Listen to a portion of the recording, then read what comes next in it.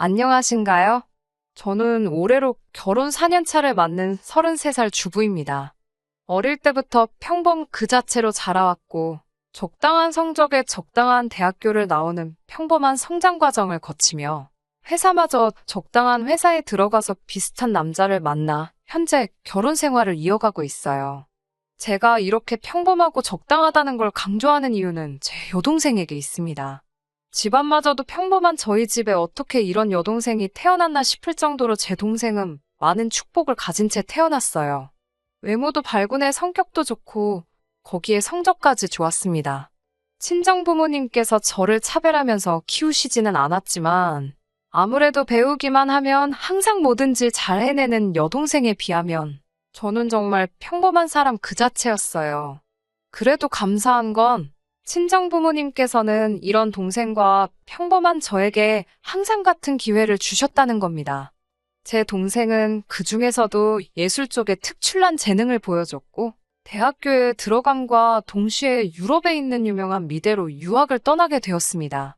동생의 유학비를 감당할 만큼 집안 형편이 넉넉한 편은 아니었지만, 제 동생의 특출난 재능과 노력 덕분에 장학금을 지원받으며 다닐 수 있었기 때문에 어느 정도의 생활비를 제외하고 그렇게 큰 돈이 들지 않았어요. 학교를 졸업하고 나서도 동생은 계속 유럽에 머물며 직장 생활을 하게 되었고, 저는 한국에서 회사를 다니며 미래를 준비하고 있었어요. 동생이 뭐든지 잘 해내는 모습에 제가 기죽기라도 할까봐 항상 저에게 따뜻한 말을 건네주셨고, 그 덕분에 저도 동생보다 뭐 하나 두각을 나타낸 것 하나 없지만 열등감 느끼지 않고 사이좋게 지낼 수 있었어요. 하지만 남편이 저와 제 동생을 비교하기 시작하면서 조금씩 제 안에 동생에 대한 질투가 자라나게 되었습니다. 결혼 전에는 세상에서 제가 가장 최고라고 제 편만 들어줬던 남편이 변해버리고 만 것이에요. 현재 남편은 제가 회사를 다니고 1년 차가 넘어갔을 때 만났습니다. 평범한 제 인생의 백마탄 왕자님이 나타나 줄 거란 기대는 없었지만 항상 저를 배려해주고 제 자존감을 북돋아주는 이 사람이 참 좋았습니다. 그래서 결혼까지 결심하게 된 것이고요. 평범한 인생을 살아온 저보다 살짝 떨어지는 학력과 회사에 다니던 사람이지만 그런 건 아무래도 좋았어요. 결혼 후에도 그 모습이 하루아침에 변한 게 아니었거든요. 남편이 변하기 시작한 건 코로나로 인해 동생이 유럽에서 더 이상 머물 수 없는 상황이 되고 말았고, 그로 인해 한국으로 귀국하게 되면서 시작되게 되었습니다. 제 결혼식 당시에 동생은 그쪽의 일로 굉장히 바쁜 상황이었기 때문에 참석할 수 없었습니다. 동생은 저에게도 저희 부모님처럼 큰 자랑거리였기 때문에 당시 연애 중이던 남편에게도 수도 없이 자랑을 해왔어요. 동생의 SNS를 보여주며 제 동생이 능력이 있는 것부터 연예인 뺨치게 예쁜 것까지 자랑을 했었습니다. 남편은 동생이 사진빨인 것 같다며 제가 더 예쁘다고 항상 대답을 해줬고, 항상 동생의 뒷모습만을 바라보던 저에게 참 용기를 주던 사람이었어요. 그런데 동생이 귀국 후 남편이 동생을 처음으로 만나게 되면서 남편의 저에 대한 태도가 조금씩 변하기 시작했습니다. 제 동생은 자기가 그리는 그림만큼 참 예쁜 사람이었고, 그동안 사진만 보면서 제가 더 이쁘다 해주던 남편도 동생을 실제로 처음 만난 자리에서만큼은 제가 더 예쁘단 말을 할 수가 없었을 거예요. 그걸로 기분이 나쁘다거나 하지 않았습니다. 말씀드렸다시피 동생은 저한테도 그만큼 큰 의미였으니까요. 남편이 아무 말만 하지 않았어도 아무 일도 없었을 텐데, 남편은 동생을 처음 만나고 돌아오는 길에 제 동생에 대한 외모 칭찬을 입이 마르지 않도록 하기 시작한 거예요. 자기 동생 진짜 예쁘다. 공부 안 했어도 연예인을 해도 됐겠는데? 라던지 그동안 사진으로만 보고 실물을 처음 보는데 정말 실물을 영접했다고 해도 될 만큼 예쁘더라 하면서 제 동생에 대한 첫인상의 감격이라도 한 듯이 말을 했어요. 그때만 해도 저도 동생을 참 아끼고 자랑스러워하던 언니였으니 남편의 이런 반응에 거부감이 들거나 기분이 나쁜 적은 한 번도 없습니다. 오히려 제 가족, 제 동생을 정말 거짓 하나 느껴지지 않게 진심을 다해 칭찬해주고 있으니 기분이 좋기까지 했어요. 내가 말하지 않았냐, 동생은 내 자랑거리나 마찬가지다 몇 번을 반복하며 남편의 말에 맞장구도 쳐주고 있었습니다. 그런데 남편은 거기서 끝나지 않고 처음에는 저와 제 동생의 외모를 가지고 비교를 하기 시작했어요. 모처럼의 주말이었지만 남편은 본인의 실수로 인해 생긴 회사 일 때문에 혼자서 쉬는 날에 출근을 해야 했고, 그래서 저는 그날 밀린 청소며 집안일 좀 해놓을 계획으로 집에 있었습니다. 이유야 어떻게 되었든 간에 주말에도 그렇게 출근해야 하는 남편을 위해 남편이 좋아하는 음식도 준비해가며 퇴근하는 남편을 기다리고 있었어요. 회사에서 안 좋은 일이 있던 건지 남편은 기분이 엄청 나빠져가지고는 퇴근을 했습니다. 음식 준비를 하다 말고 퇴근한 남편을 맞이했는데 저를 보자마자 다짜고짜 저한테 화풀이를 시작하더라고요. 그날 집에서 밀린 집안이라는데 신경을 쓴 나머지 아침부터 대충 씻고 하루 종일 정신이 없었거든요. 그런 제 모습을 보고 너는 하루 종일 씻지도 않았냐. 여자가 꾸미고 있을 줄도 알아야지 아무리 집에만 있었다고 해도 모양 빠지게 그게 뭐냐면서 제 모습을 보고 그걸 걸고 넘어지기 시작했어요. 급기야 제 동생을 들먹이기 시작하면서 네 동생은 집에서 이러고 있어도 예쁘겠지? 하면서 저 말고 제 동생이랑 결혼을 했었어야 한다고 어이가 없는 말을 하더라고요. 고생 많이 했다고 맛있는 거 해주려고 불 앞에서 땀을 뻘뻘 흘리던 제가 다 바보 같다는 생각이 들더라고요. 저도 열이 확 받아서 내 동생이 미쳤다고 너 같은 놈을 만나겠냐고, 나랑 결혼을 안 했어도 그럴 일은 절대 없을 테니 아직도 잠이 덜 깼으면 빨리 꿈 깨라고 한마디 해줬습니다. 남편은 딱히 제 말에 반박도 못하고 열만 잔뜩 올라서는 문을 부서져라 닫아버리고 방에 들어가 나오지도 않더군요. 다음날 아침에 남편이 제게 사과를 하긴 했어요. 자기 실수로 회사에 출근하게 된 건데 회사에 나가서도 일이 해결될 것 같지는 않고 회사에 있는 내내 직장 상사들한테 전화로 욕을 엄청나게 먹었다고. 그래서 너무 화가 나고 짜증이 난 상태였는데 자기 감정 컨트롤 못하고 저한테 풀었다고 정말 미안하다고 하면서요. 남편한테는 아무리 짜증나고 열받는 일이 있어도 동생 이야기까지 끄집어내면서 저한테 화풀이하는 일은 없도록 해달라고 못을 박았습니다. 가끔씩 자기 뜻대로 풀리지 않는 일이 있으면 저렇게 주변 탓을 하고는 했는데 그동안에는 어찌저찌 넘어가졌다지만 지가 잘못한 걸 가지고 저한테 화풀이하는 것도 어이가 없었고 본전도 못 찾을 억지 부리면서 화풀이 해봐야 저는 그런 거 받아주는 사람 아니니까 알아서 잘 하라고 했어요. 아무튼 그 뒤로 남편이 의식하고 조심하기 시작한 건지 아니면 제 동생과 저를 비교할 게 없었는지 딱히 저와 동생을 비교하면서 성질을 부린 적은 없었습니다. 그리고 작년 여름에서 가을로 넘어가는 시점에 제 동생이 유럽에서 같은 학교를 다니던 사람과 결혼을 하게 되었어요. 동생의 남편은 이름만 들어도 다 알만한 그런 재벌 기업 정도까지는 아니지만 그래도 국내에서 입지가 굳건한 기업 집안 출신으로 부모님도 꽤나 규모 있는 회사를 운영하고 있는 좋은 집안 사람들이었습니다. 저희 집은 말씀드린 대로 평범하긴 하지만 어느 한쪽으로 기우는 결혼도 아니었고 동생 남편이 동생을 유학 시절부터 애타게 쫓아다니던 사람이고 미술을 좋아하는 동생네 시부모님이 동생이 계속해서 작품 활동을 이어나갈 수 있는 여건을 만들어준다고 제시할 정도로 동생이 손해 하나 보지 않고 가는 결혼이었어요. 아무튼 결혼식을 앞두고 동생네 부부 저희 부부가 식사 자리를 가졌는데 그동안 잠잠했던 남편이 또 당시 동생의 결혼 상대였던 남편을 앞에 두고 쓸데없는 너스레를 떨기 시작하는 거 아니겠어요. 동생의 남편 될 사람에게 모두 전생의 나라를 구하신 것 아니냐. 자기한테도 기회가 있었으면 제 여동생에게 대시했을 거다. 그런데 자기는 이미 결혼을 했으니 제 동생을 그쪽에 양보하겠다 하는 재미 하나도 없는 농담을 해가면서 말을 하더라고요. 아무리 남자 쪽이 매달려서 한 결혼이지만 무례한 남편의 행동에 기분이 상했을 텐데 참 매너 있게 상황을 대처하더라고요. 제 동생도 속으로는 기분이 나빴을 테지만 아무래도 제 남편이니 내색하지 않고 별 사건 사고 없이 그날 식사 자리는 마무리되었어요. 오히려 제가 집에 돌아오는 길에 사람 쪽팔리게 제발 어디 가서 그러지 좀 말라고 그런 행동이 가당키나 하냐고 남편을 타일렀습니다. 남편은 별로 신경이라도 쓰지 않는 듯 계속해서 동생이 아깝다 뭐 이런 말이나 하고 있었어요. 왜 저러는가 싶을 정도로 까불거리니까 정말 속으로 한 대 때려주고 싶었습니다. 언젠가는 이런 일도 있었어요. 동생이 결혼하면서 더 이상 입지 않게 된 옷이 있는데 제가 가서 몇 벌 얻어왔습니다. 제가 그 옷을 입고 있었는데 남편이 그러나 저를 보고는 너한테는 하나도 안 어울린다는 말을 하더라고요.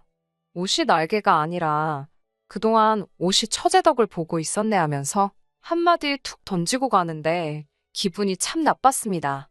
그런데 그것보다도 남편은 동생 귀국 후에도 제 동생과 만난 게 결혼식 때와 그날 식사 자리 말고는 단 한 번도 없었는데 대번에 그 옷들이 제 동생이 입던 옷이란 걸 알고 있다는 게 조금 이상했습니다.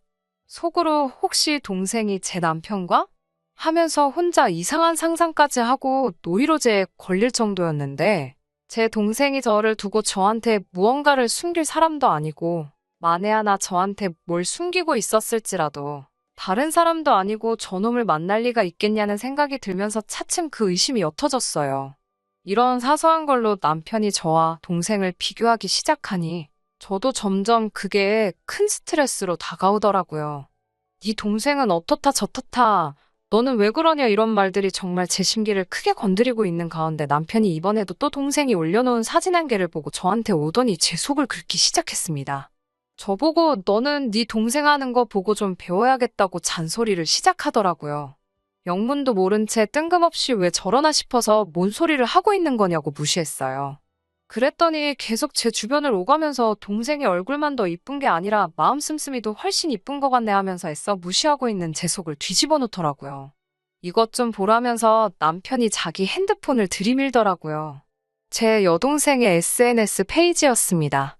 동생의 SNS 페이지에는 동생이 손수 만든 것 같은 음식 사진들이 여러 개 있고 이어지는 사진에는 비싸기로 유명한 명품 브랜드 로고가 잔뜩 박힌 스카프가 있더라고요.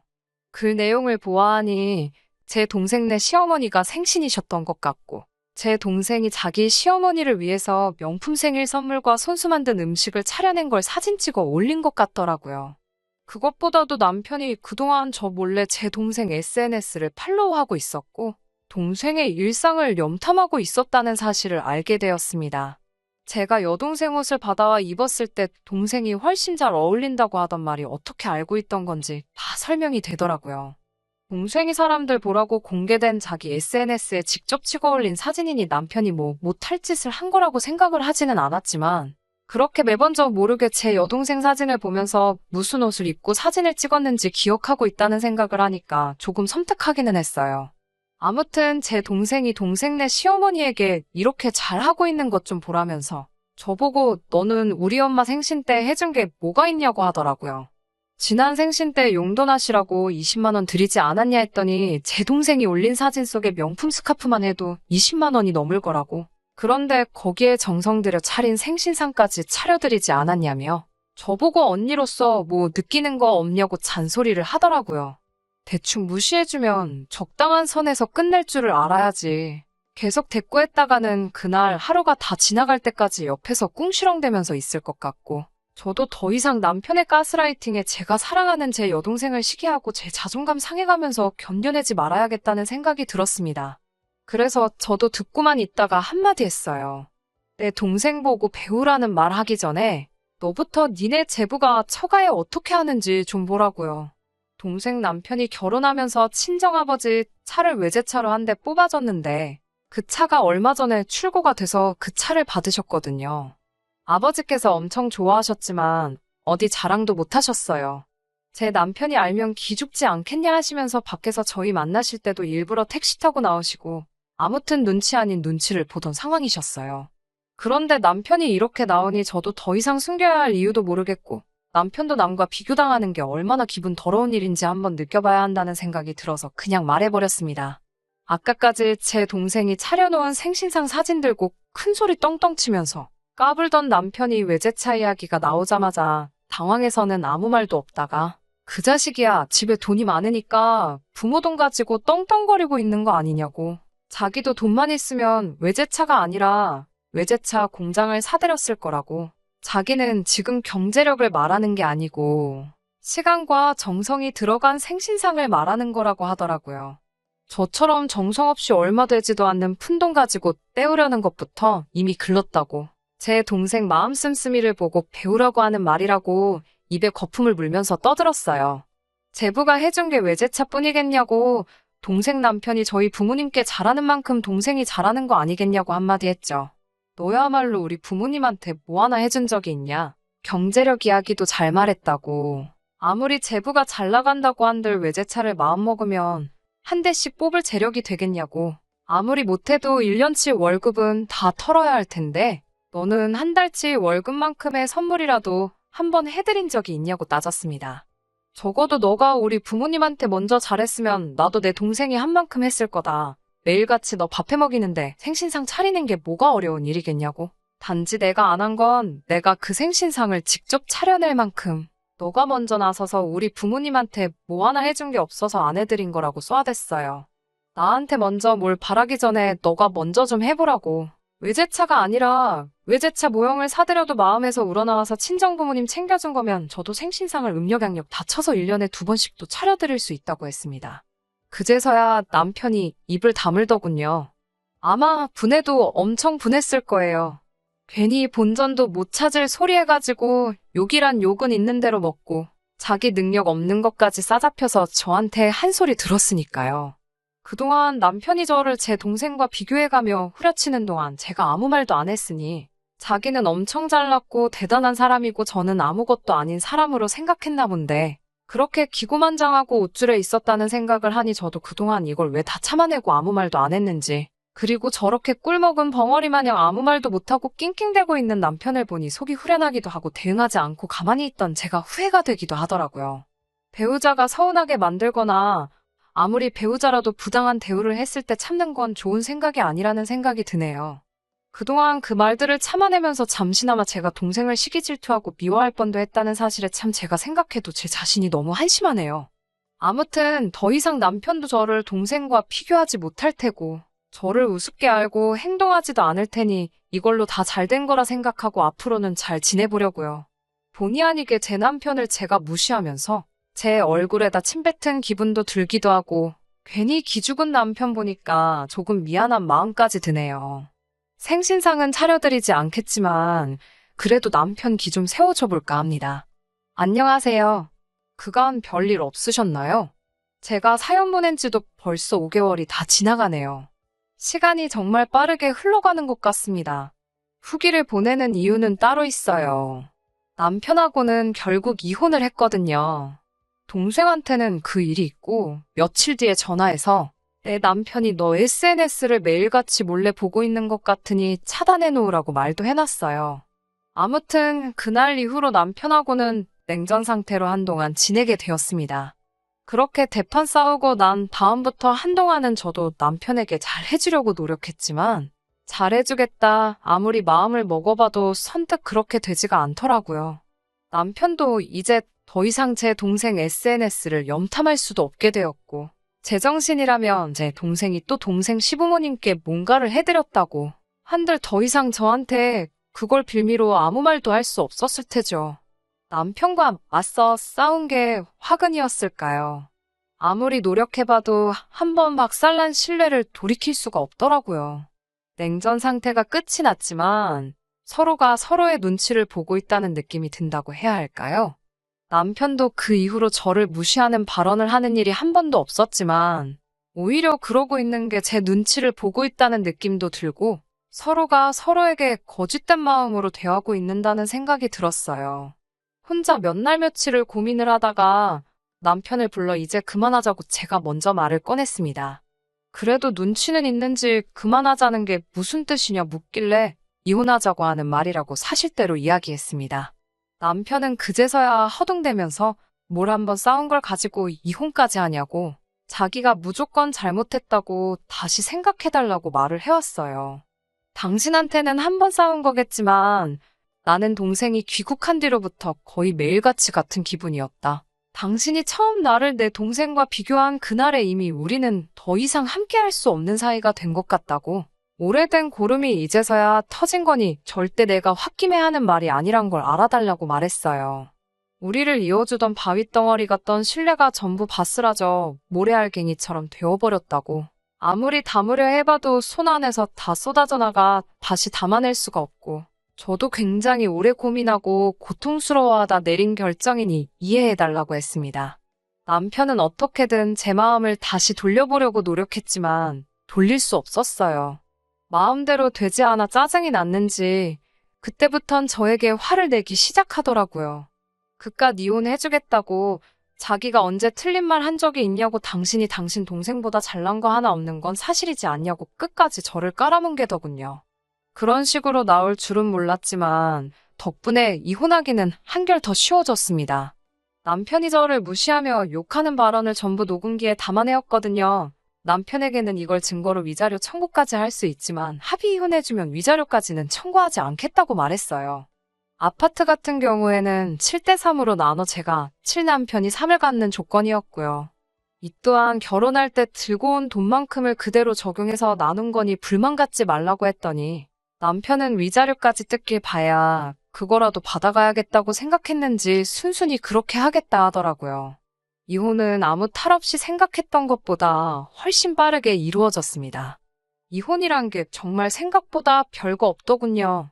아무튼 제가 이렇게 후기까지 보내게 된 이유는 얼마 전에 벌어진 일 때문인데요. 위자료를 이유로 재산 분할을 유리하게 한 건 맞지만 말씀드린 대로 제가 더 해온 게 많았기에 사실 결혼할 때 들었던 비율 그대로 나눈 거고 이혼할 때도 남편이 처음에 잠깐 매달리기는 했지만 포기를 빠르게 한 편이라 제가 이기고도 조금 찝찝한 기분이었어요. 그런데 정말 의외의 곳에서 남편의 최근 소식을 전해 듣게 되었네요. 제부의 회사가 계약건으로 남편이 있던 회사와 커넥션이 생겼다고 들었습니다. 큰 계약건을 앞두고 제부가 직접 나섰고 남편 회사에서는 남편이 자기가 그 사람 잘 안다고 설레발을 치며 그 자리에 따라 나왔다고 합니다. 공적인 자리에서 그나마도 한두 번 본 사이라고 이혼까지 했는데 아직도 형님 노릇을 하며 조금 프로페셔널하지 못하게 굴었나 봐요. 큰 계약건이었는데 남편의 태도를 이유로 계약이 뒤집어져 버린 거예요. 제부가 사적인 감정으로 저를 위해서 계약을 뒤집어 버렸다고 생각하지는 않아요.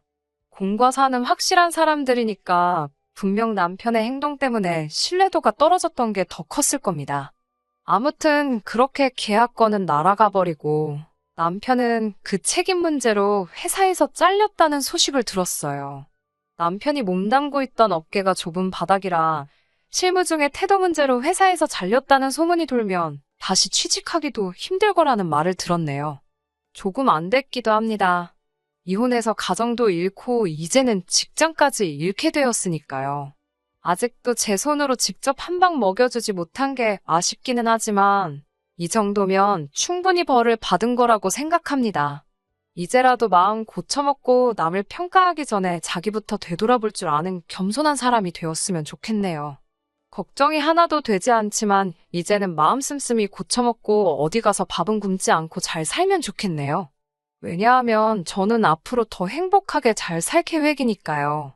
사연이 기억 안 나시는 분들도 많으실 텐데 저의 요즘 행복한 근황을 전해드려보려고 이렇게 사연 보내봤습니다. 기억해주시는 분들께 모두 감사드려요. 저는 이만 글 줄이도록 하겠습니다. 끝까지 들어주셔서 감사합니다. 오늘의 사연은 여기까지입니다. 구독과 좋아요, 알람 설정 부탁드리고 더 좋은 사연으로 다시 찾아뵙겠습니다. 감사합니다.